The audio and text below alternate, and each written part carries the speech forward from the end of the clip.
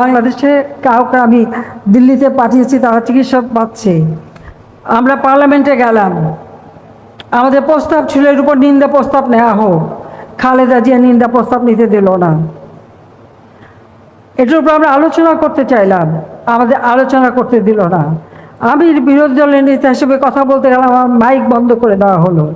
এবং খালেদা জিয়া সেখানে বলে দিল কি যে ওনাকে আবার কে মারতে যাবে, কিন্তু নিজেই গ্রেনেড নিয়ে গেছে, নিজেই গ্রেনেড হামলা করেছে।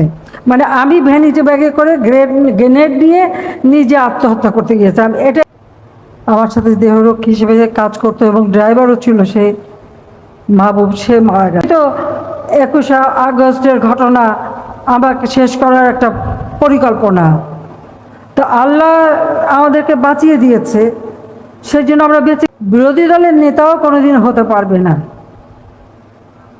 এগুলো তো রেকর্ড আছে বক্তৃতার। তো সেই বক্তৃতাটা সে আগাম দিল কিভাবে যে বিরোধী দলের নেতাও হতে পারবো না, তার মানে আমাকে হত্যা করবে। এই পরিকল্পনাটা করা যাবে না। যারা মনে করে বা স্বাধীনতার চেতনা আবার সেই জয় বাংলা ফিরে এসেছে, আবার জাতির পিতার নাম বিশ্বব্যাপী সমাদৃত হচ্ছে, এগুলি যারা সহ্য করতে পারবে না তারা বসে থাকবে না, তারা আঘাত করবে। বাংলাদেশকে আবার ওই জঙ্গি রাষ্ট্র পরিণত করতে চেষ্টা করবে। সেটা দেশবাসীকে সতর্ক থাকার আমি আহ্বান জানিয়ে সকলের দোয়া চেয়ে আইবি রহমান সহ সেদিন যারা মৃত্যুবরণ করেছেন তাদের জন্য সবাই দোয়া করবেন। এ বলে আমার বক্তব্য শেষ করছি। জয় বাংলা, জয় বঙ্গবন্ধু, বাংলাদেশ।